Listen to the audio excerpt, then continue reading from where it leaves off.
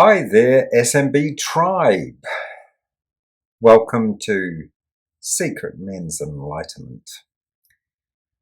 Let's talk about a mysterious topic. As you can see, I'm in a very mysterious place on the top of a mountain top somewhere. No, it's the suburbs. These mysterious things can happen in everyday life too. So, what is this mysterious thing? Kundalini Shakti. We're going to talk about Kundalini Shakti, which is a concept which is very, very pivotal in both yoga and Tantra. Kundalini is often seen as a serpent, coiled 3.5 times at the base of the spine. And when she wakes up, because she's a goddess in the yogic and tantric traditions, she takes us on a journey of self-realization, of deepening awareness of who we truly are. Sounds very mystical. And in a way it is. It's also a very authentic journey. And a journey that is not just limited to the Indian tradition. If we look in the Christian tradition, we'll find parallels. So for example, Kundalini could also be called Holy Spirit. Kundalini could also have a different name in a tribal culture. For example, sometimes the rainbow serpent in the Aboriginal culture is considered to be a form of Kundalini Shakti that creates the whole world, the whole universe. So what exactly does this Kundalini do? Well, in traditions of meditation, traditions of Tantra and Yoga, often Kundalini is woken up by a spiritual teacher. A spiritual teacher will give an initiation called Shaktipat, which awakens this energy. Now, the energy can also be woken up spontaneously as well, maybe through some sort of intense trauma or some sort of intense experience when there's suddenly what might be called in the Buddhist tradition satori, like a glimpse of enlightenment, like, wow, suddenly I've just woken up. Sometimes it can happen just spontaneously without any warning at all.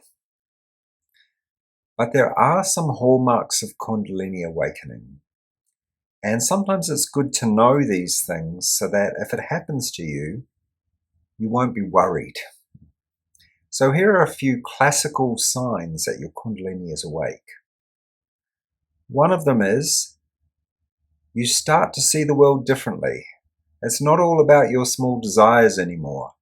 It's much more about how you can serve the world. It's much more about how you can live in the world in a way that uplifts the world for you and others.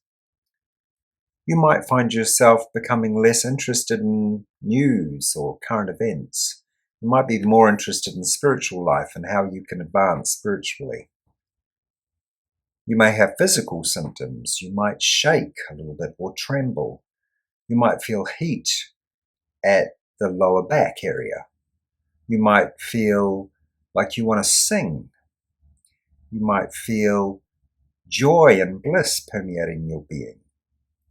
All these things are described in tantric scriptures and are classical signs that the Kundalini is awake or awakening.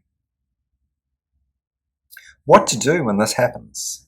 Well, there's some great books that you can read. I would suggest reading some of the books that are more time-tested.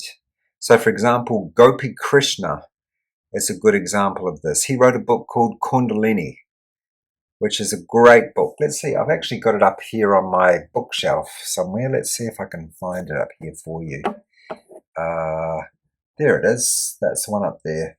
Kundalini by Gopi Krishna. Now look, he had a very, very intense experience of Kundalini awakening. So don't let it frighten you, okay? He ultimately did attain a lot through his awakening, but it was quite an experience for him at the time. So don't let that freak you out too much. Basically, the crux of what I'm saying is that when you've had some sort of spiritual awakening in the tantric or yogic tradition, often it will be attributed to this energy. And if we really want to talk about Kundalini from a comparative religion point of view, or a comparative mystical spiritual experience point of view, we could say it's your energy of enlightenment. It's the energy that's going to take you to self-realization. It's the energy that's going to help you to grow. It's the energy that's going to help you to understand yourself at a deeper level. And it's an energy that you can actually actively work with to deepen your spiritual realization. One thing I would say is that Kundalini usually requires some sort of meditation practice in order to really flower, really develop.